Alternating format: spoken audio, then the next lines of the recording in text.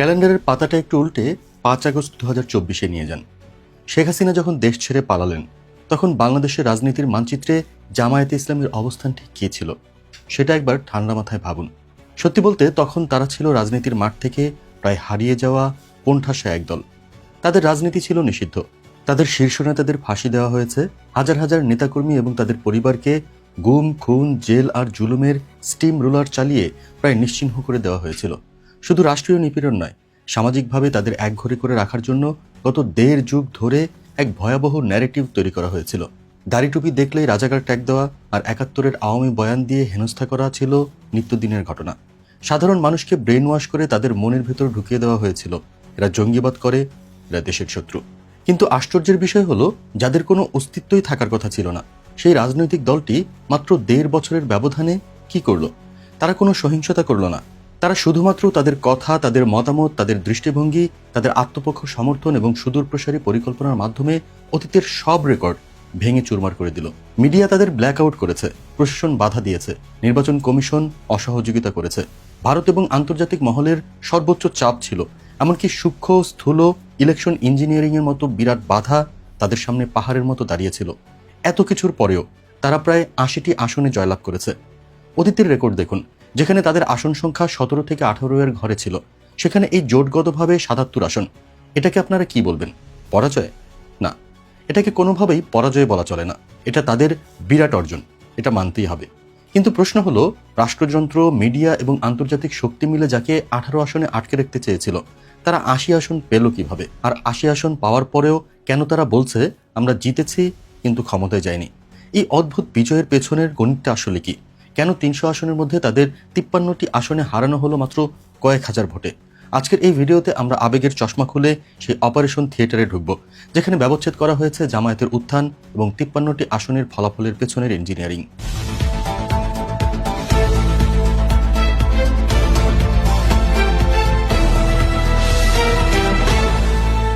দর্শক, আজকের আলোচনাটি কোনো গতানুগতিক ভোটের হিসাব নিকাশ নয়। আজকের আলোচনাটি একটি পোস্টমর্টেম রিপোর্ট। ত্রয়োদশ জাতীয় সংসদ নির্বাচন শেষ হয়েছে। বিএনপি ২১২, জামায়াত জোট ৭৭। আপাত দৃষ্টিতে বিএনপির বিশাল জয়, কিন্তু এই সংখ্যার আড়ালে লুকিয়ে আছে এক গভীর রাষ্ট্রীয় নকশা বা ব্লুপ্রিন্ট এবং আমাদের নিজেদের কিছু ভুল। আজ আমরা দেখব কেন এই ফলাফল জামায়াতের জন্য শাপে বর, কেন ডক্টর শফিকুর রহমান এত নীরব এবং আগামী ৫ বছর বাংলাদেশ আসলে কোন পথে হাঁটবে। সবার আগে সোজাসুজি ফলাফলের দিকে তাকানো যাক। ২৯৭ আসনের মধ্যে জামায়াত জোট পেয়েছে ৭৭টি। আমাদের মাঠ পর্যায়ের গবেষণা এবং প্রাপ্ত ডেটা বলছে এই ফলাফলের প্রায় ৭০%ই বাস্তব। অর্থাৎ জনগণ বিএনপিকে ভোট দিয়েছে, জামায়াতকেও ভোট দিয়েছে। বিএনপি বড় দল, তাদের ভোট ব্যাংক বড়, এটা অস্বীকার করার উপায় নেই। কিন্তু বাকি ৩০%? এখানেই গল্পের আসল টুইস্ট। এই ৩০% ভোট এবং আসন সংখ্যার গরমিলটাই হলো এই নির্বাচনের ব্ল্যাক বক্স। নির্বাচনের দিন আমরা মূলত ২ স্তরের কারচুপি দেখেছি। প্রথম স্তর 5%, লোকাল ইঞ্জিনিয়ারিং বা ছাপটিপনা। বাঙালির রাজনৈতিক কালচারে কিছু অভ্যাস সহজে যায় না। কেন্দ্র দখল, এজেন্ট ঢুকতে না দেওয়া, ব্যালট বাক্স রিপ্লেস করা কিংবা জোর করে সিল মারা, এগুলো স্থানীয় এমপি প্রার্থীদের নিজস্ব মাস্তানি। এটাকে আমরা বলি লোকাল ইঞ্জিনিয়ারিং। মোট কারচুপির মাত্র 5% ছিল এই ধরনের। এর সঙ্গে রাষ্ট্রের সরাসরি গভীর যোগাযোগ নাও থাকতে পারে। ওইটা ছিল স্থানীয়দের কিছু অতি উৎসাহী নেতাকর্মীর কাজ। দ্বিতীয় স্তর 25%, স্টেট এনাবলড ইন্টারভেনশন বা প্রশাসনিক প্রকৌশল। আসল খেলাটা হয়েছে এখানে, এবং এটা অত্যন্ত সূক্ষ্ম ও সাজানো। আমাদের কাছে আসা তথ্য ও ভিডিও প্রমাণ বলছে, সাতকানিয়াতে ফলাফল ঘোষণার আগেই প্রিজাইডিং অফিসারকে দিয়ে রেজাল্ট শিটে সই করিয়ে রাখা হয়েছে। কেন? যাতে পরে সংখ্যা বসানো যায়। ধরা পড়ার পরেও কোনো ব্যবস্থা নেওয়া হয়নি। নওগাঁয় সাব অ্যাসিস্ট্যান্ট ইঞ্জিনিয়ার নাজিমুদ্দিনকে দেখা গেছে ভোট চলাকালীনই ফলাফলের ফর্মে সিল মারতে। ভিডিও ভাইরাল হয়েছে, কিন্তু অ্যাকশন হয়নি। বরগুনা ও ঝিনাইদহে প্রিজাইডিং অফিসাররা ফাঁকা রেজাল্ট শিটে সই করতে বাধ্য হয়েছেন। প্যাটার্নটা লক্ষ্য করুন। গণনা সঠিক, অঙ্ক সঠিক, কিন্তু শিট আগে থেকেই সাইন করা। পরবর্তীতে ওভারলেয়ার বসিয়ে বা সংখ্যা পরিবর্তন করে ক্লোজ কন্টেস্টের আসনগুলোর ফলাফল বদলে দেওয়া হয়েছে। সবচেয়ে বেদনাদায়ক পরিসংখ্যান হলো, প্রায় ৫৩টি আসনে জামায়াতে ইসলামী ৫,০০০-এর কম ভোটে হেরেছে। পিরোজপুর ২ আসনে আল্লামা দেলোয়ার হোসেন সাইদির ছেলেকে মাত্র ৭০ ভোটে হারানো হয়েছে। ভাবা যায়, মাত্র ৭০ ভোট। খুলনায় মিয়া গোলাম পরওয়ারকে হারানো হয়েছে মাত্র ২,০০০ ভোটে। এই ৫৩টি আসন যদি নিরপেক্ষ গণনায় আসতো, তবে জামায়াতের আসন সংখ্যা ১৩৫ পার হয়ে যেত। অর্থাৎ ডিপ স্টেটের কলমের খোঁচায় জামায়াতকে অনেকটা নিচু অবস্থানে নামিয়ে আনা হয়েছে। এতক্ষণ আমরা কথা বললাম রাষ্ট্রীয় কারচুপি বা স্টেট ইঞ্জিনিয়ারিং নিয়ে, কিন্তু আয়নার সামনে দাঁড়িয়ে একটা নিষ্ঠুর সত্য আমাদের মানতেই হবে। জামায়াতকে কি শুধু রাষ্ট্রই হারিয়েছে, নাকি এর পেছনে ছিল আমাদের নিজেদেরই আত্মঘাতী গোল? আমরা দেখেছি জামায়াত ধর্মীয় মূল্যবোধ মেনে রাজনীতি করলেও বিস্ময়করভাবে অনেক ধর্মীয় নেতাই তাদের বিরোধিতা করেছেন মাঠে এবং ময়দানে। সবচেয়ে বড় উদাহরণ ইসলামী আন্দোলন বাংলাদেশ বা চরমনাই পীরের দল। শুরুতে তারা একটি বৃহত্তর জোটের আলোচনায় ছিল, কিন্তু হঠাৎ করেই তাদের মধ্যে এক অদ্ভুত ওভার কনফিডেন্স কাজ করা শুরু করলো। তারা ভাবলো তাদের একারই বিশাল ভোট ব্যাংক আছে, তারা একাই বাজিমাত করবে। ফলাফল, তারা জোট থেকে সরে গিয়ে আলাদা প্রার্থী দিল।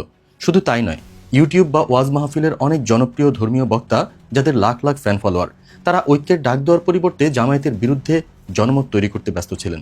তারা জামায়াতের ভুল ত্রুটি নিয়ে এমনভাবে সমালোচনা করেছেন যেন জামায়াতই ইসলামের একমাত্র প্রতিপক্ষ। এখন প্রশ্ন হলো, এই বিভাজনের ফলাফলে কি ধর্মভিত্তিক রাজনৈতিক শক্তির কোনো লাভ হয়েছে? উত্তর, একদমই না। বরং তাদের এই আচরণের কারণে ধর্মভিত্তিক রাজনীতির বিশাল ভোট ব্যাংকটি ভাগ হয়ে গেছে। পরিসংখ্যান দেখুন, এমন অনেক আসন আছে যেখানে জামায়াত এবং ইসলামী আন্দোলনের প্রাপ্ত ভোট যোগ করলে তারা সহজেই জিতে যেত, কিন্তু দুই ভাইয়ের এই ঝগড়ায় ভোট ভাগ হয়ে গেল, আর মাঝখান থেকে তৃতীয় পক্ষ, যারা হয়তো ইসলামী মূল্যবোধের ধারে কাছেও নেই, তারা হেসে খেলে জিতে গেল। এটাকে রাজনীতি বলে না, এটাকে বলে রাজনৈতিক আত্মহত্যা। 53টি আসনে জামায়াতের এই অল্প ভোটে হেরে যাওয়ার পেছনে রাষ্ট্রীয় কারচুপির যতটা দায়, ঠিক ততটাই দায় এই ইসলামী দলগুলোর ঐক্যের অভাবের। দিন শেষে সংসদে কার সংখ্যা কমল?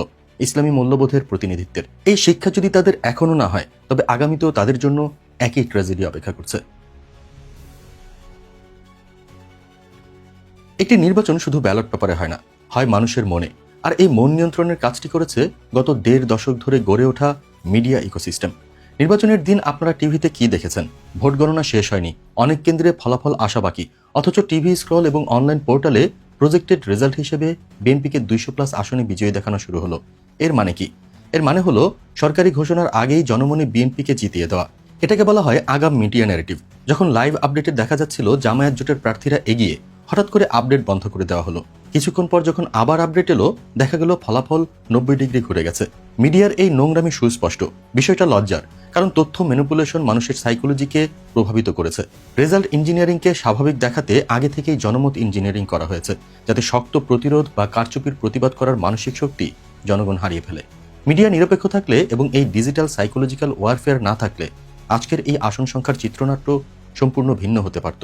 এখন সবচেয়ে বড় প্রশ্ন, এত বড় কারচুপি, 53টি আসনে হারানো, নিজেদের ঘরের ভেতরের শত্রুতা, তবুও জামায়াত কেন চুপ? অনলাইন অ্যাক্টিভিস্টরা অনেকেই ব্লেম দিচ্ছেন, কেন জামায়াত রাজপথে নামছে না, কেন তারা আগুন জ্বালাচ্ছে না, ডক্টর শফিকুর রহমান কেন এই ইলেকশন ইঞ্জিনিয়ারিং মেনে নিলেন? উত্তরটা লুকিয়ে আছে একটি বারুদের স্তূপের নিচে, যার উপর আমরা সবাই বসে আছি। আপনারা কি ভুলে গেছেন 5 আগস্টের কথা? সেদিন দেশের বিভিন্ন থানা থেকে হাজার হাজার অস্ত্র লুট হয়েছিল। এর সাথে গত 1.5 বছরে বর্ডার পার হয়ে প্রচুর অবৈধ অস্ত্র দেশে ঢুকেছে। গোয়েন্দা তথ্য বলছে এই অস্ত্রগুলোর খুব সামান্যই রিকভার বা উদ্ধার করা গেছে। বাকি অস্ত্রগুলো কিন্তু এখনো বারুদ ছড়ায়নি।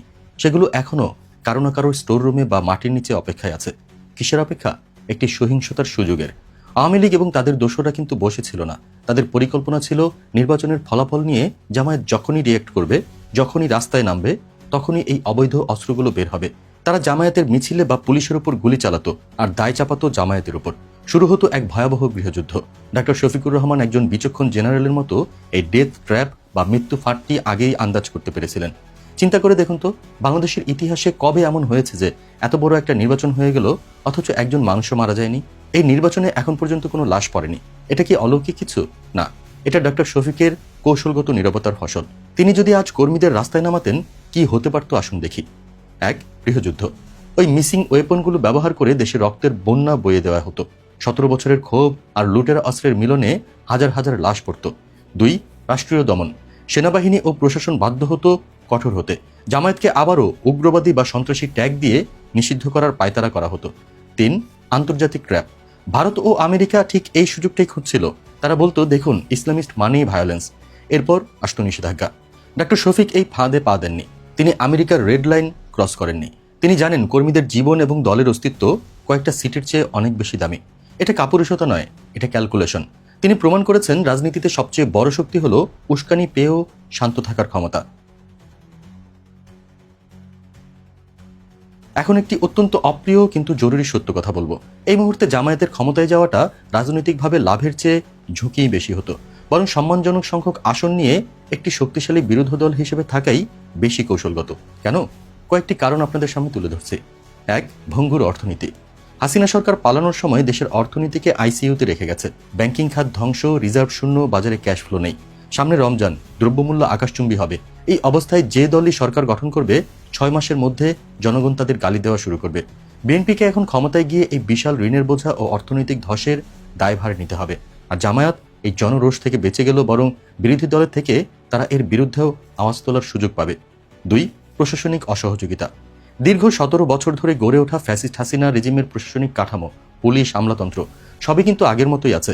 সরকার পাল্টালেও আমলাদের ব্রেন পাল্টায় না। জামায়াত জোট সরকার গঠন করলে এই প্রশাসন প্রতি পদে পদে অসহযোগিতা করত। আর ওই যে বললাম হারানো অস্ত্র, সেগুলো উদ্ধারে প্রশাসন কতটা সাহায্য করত তা নিয়ে যথেষ্ট সন্দেহ আছে। 3. Media ecosystem. মূলধারার গণমাধ্যমের বড় অংশ এখনও জামায়াত বিদ্বেষী।